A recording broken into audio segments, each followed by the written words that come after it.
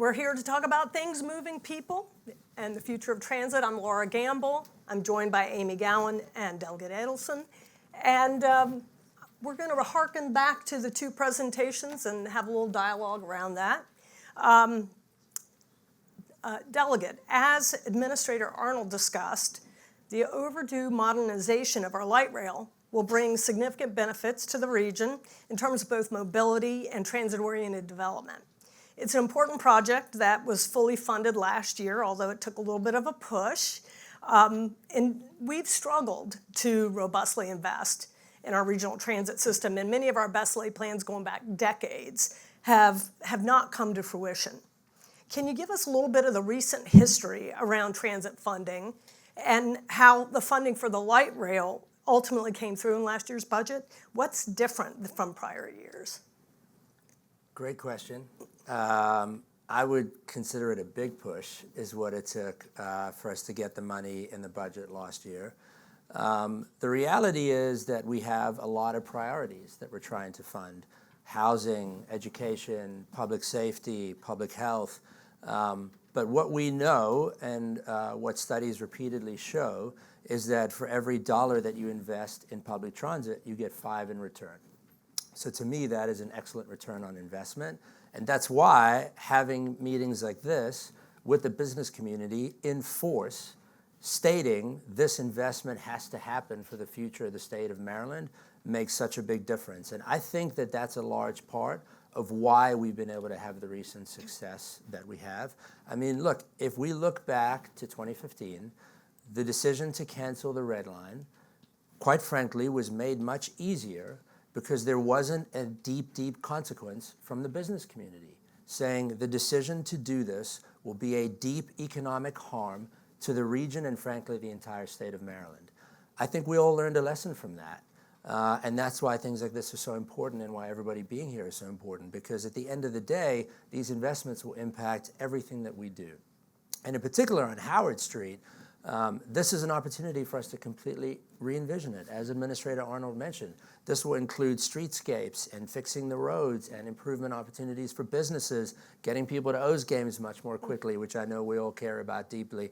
So to me, this is a momentum shift that we have seen throughout the state, and particularly for our region. At the end of the day, where all of our transportation projects are funded out of, the Transportation Trust Fund, is in a tough spot right now. We do not have enough money coming into the trust fund to do all the things that we want to do. There is a limited pie, and there are a lot of priorities. So the two things that we really need to do are find ways collectively to increase the pie, but also make sure that the priorities for our region are at the absolute top of that list. Thank you. Amy, the light rail is a major asset to Anne Arundel County, especially given the fact that it connects to another major transportation asset, BWI. Can you talk about what light rail modernization will mean to the county for the residents, the employers, and how is the county going to work with MTA to ensure that those investments bring maximum value to the communities, not just along the corridor, but the whole county? Sure, thank you. It's a huge piece of our mobility strategy and ensuring economic competitiveness within our county. When you just think about the commuting reality alone, 1/3 of our residents work and live in the county. So we have 2/3 of commuters coming in every day and 2/3 commuting out. That puts a huge strain on our infrastructure, on our roads, and on our workforce. So we need to be obviously thinking regionally, because this is a lot of in and out commuting that is going to other counties and other jurisdictions, and how we can look at regional problem solving around that.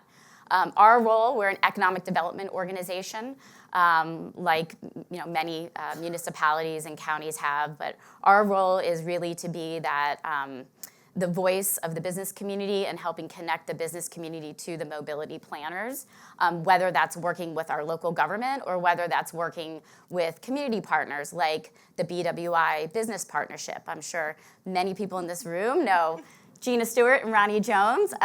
When there's a transportation conversation in our region, they are always at the table.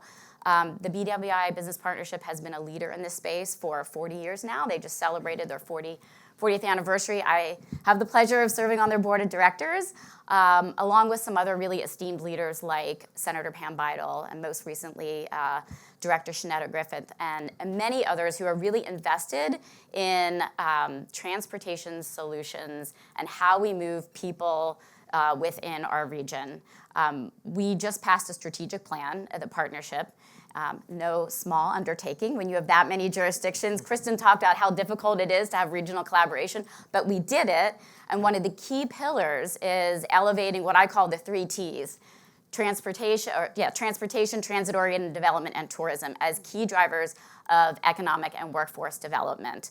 And I think we saw all of that in the 2 presentations that we just saw with the light rail modernization and also with the ferry system. And in terms of economic development, we're doing that work at a local level. And I was so thrilled to hear Administrator Arnold call out Cromwell because that's a huge priority for us. It is the most heavily used of all of our light rail stations, has the most ridership.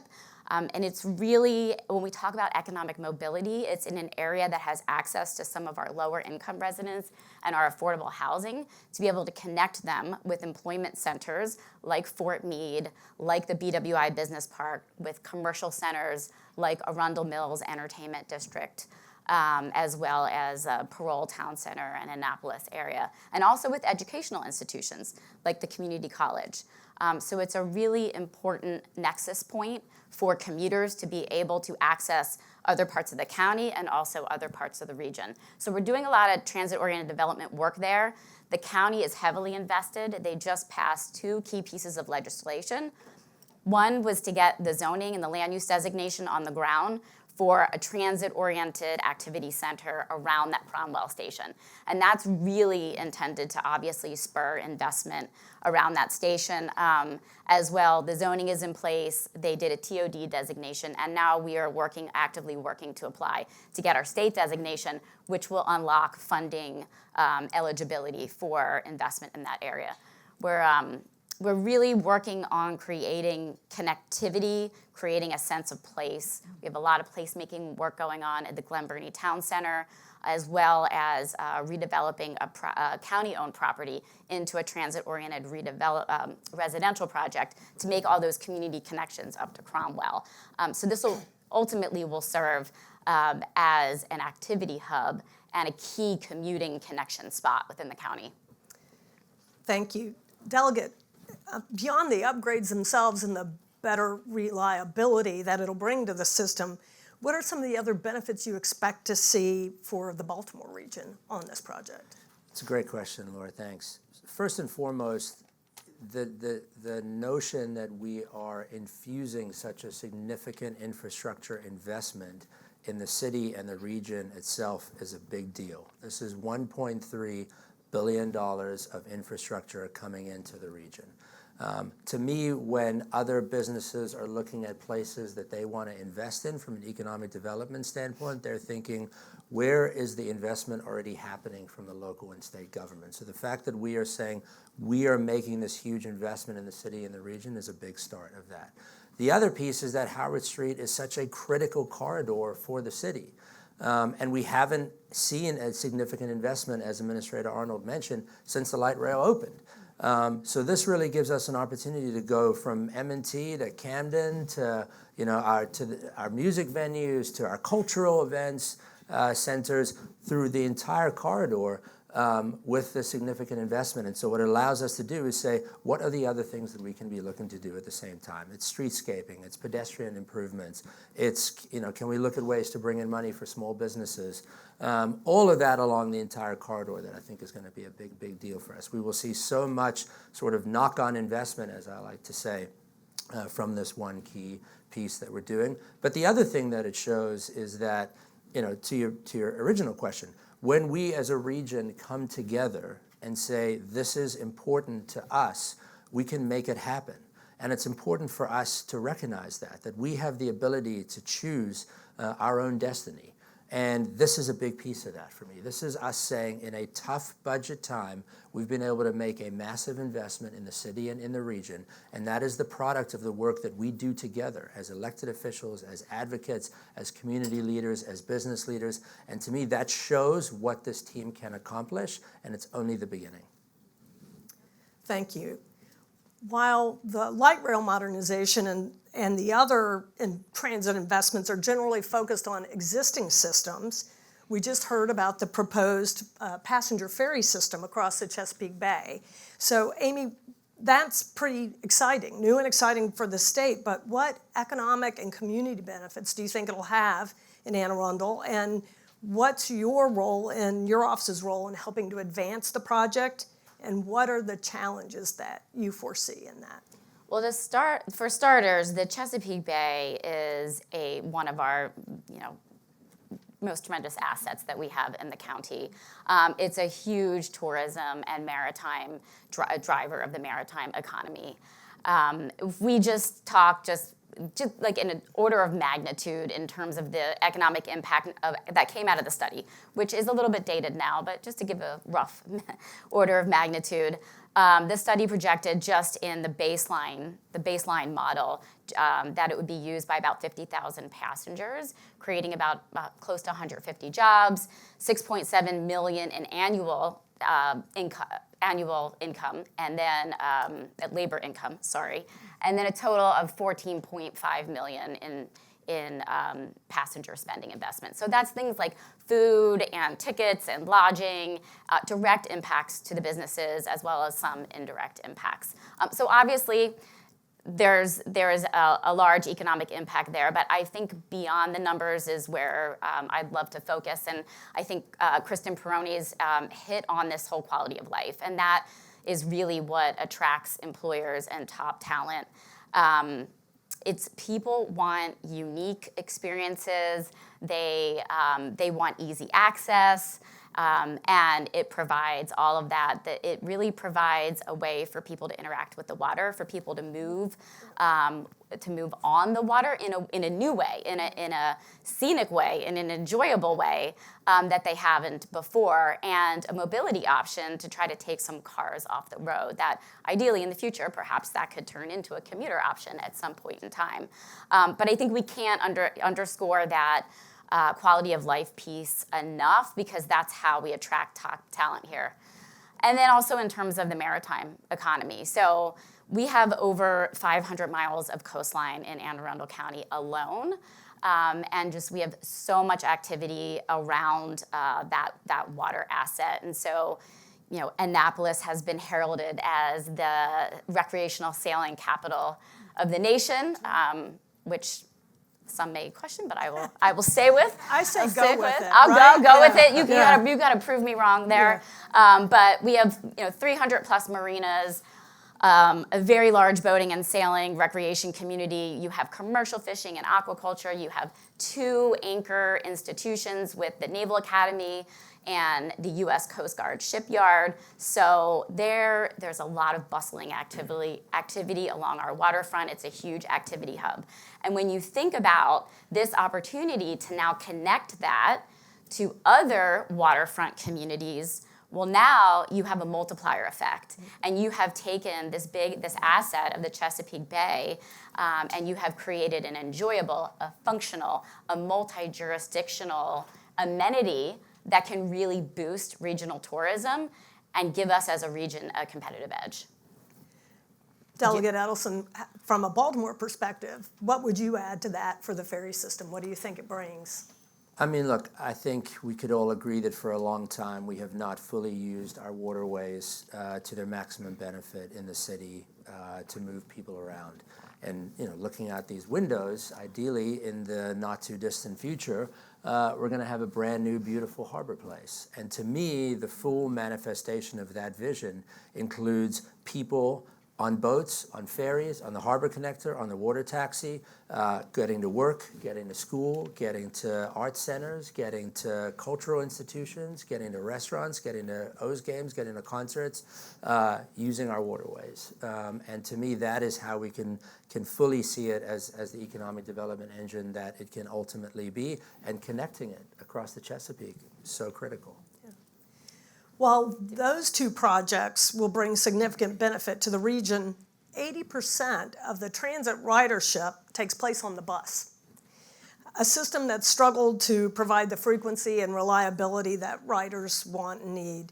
This summer, the Maryland Transit Administration unveiled the Baltimore Bus Plan, Be More Bus, which aims to significantly improve the system. And then, of course, there's the Red Line, which has been mentioned, and the future of which is a little hazy.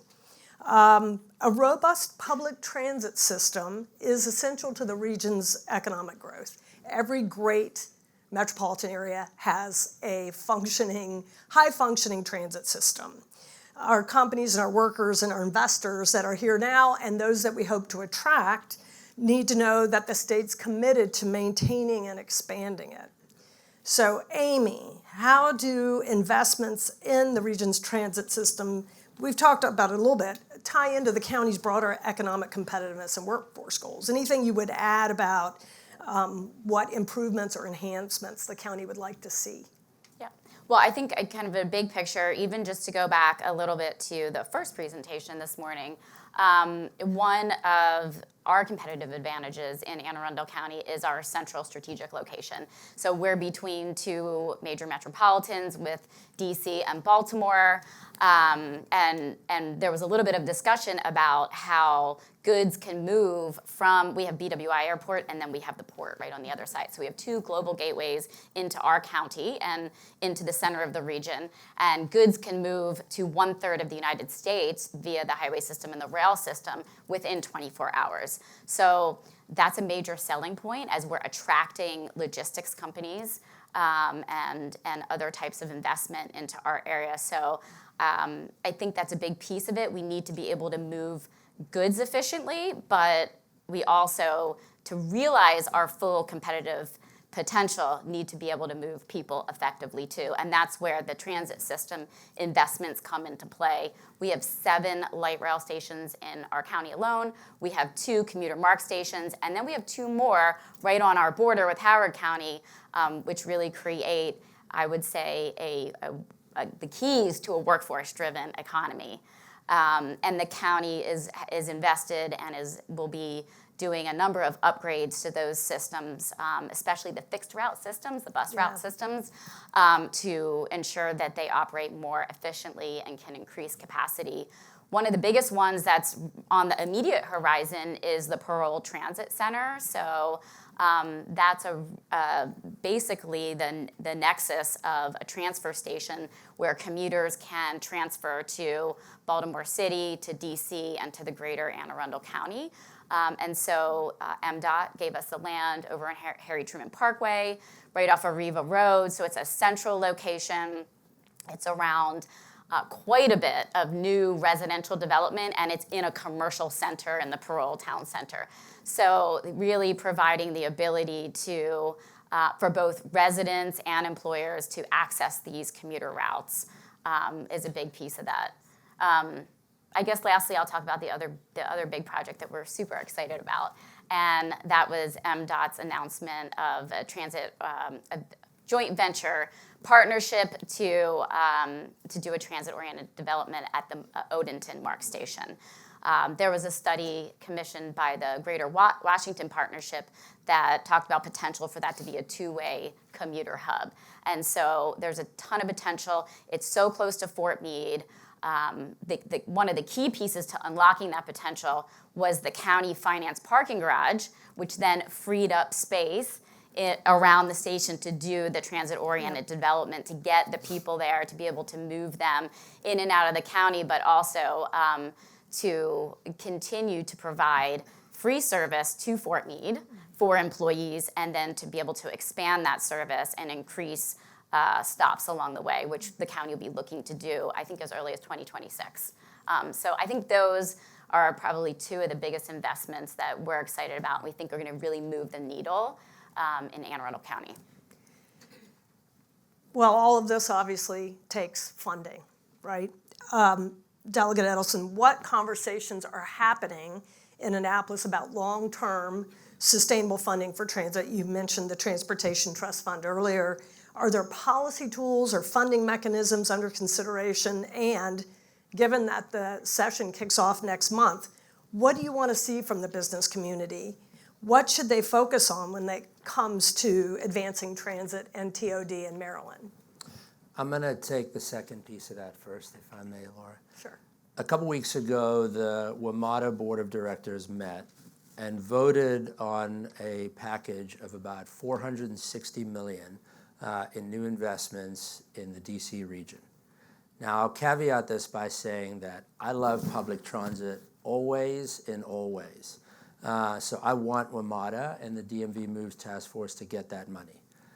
But let's be clear, at this moment in time, there is a limited pool of funds. And while we need to be advocating to increase that pot of money, we also need to be advocating for the appropriate amount of money to come to our region. Now, you better believe that every president, CEO, and business leader in the DC region is going to be calling the governor and budget leaders to tell them that money needs to be in the budget this year. What we need is for all of you to do the same. To do the same when it comes to the Be More bus plan, to do the same when it comes to funding and building the Red Line, to do the same when it comes to fighting for highway user revenue money, which is what the city relies on to maintain our roads and bridges and highways, and to do the same for a new board of directors that we're going to be looking at within MTA to make sure that we have more of ability to control our own destiny in the region. In addition, there will be conversations in the next few years in the General Assembly about increasing the size of the pot for transportation funding. There's a lot of different places that can come from, and we need you to be in the room making sure that we are making those investments. Sometimes it's going to come at a little bit of inconvenience for us. Sometimes it might not be the exact way that we would want that to happen, but at the end of the day, this is about the future of our region, and it is going to take every single one of all of us to make it happen. That'd be my closing message to each of you. Well, thank you. Thank you both for that important dialogue, so thank you so much.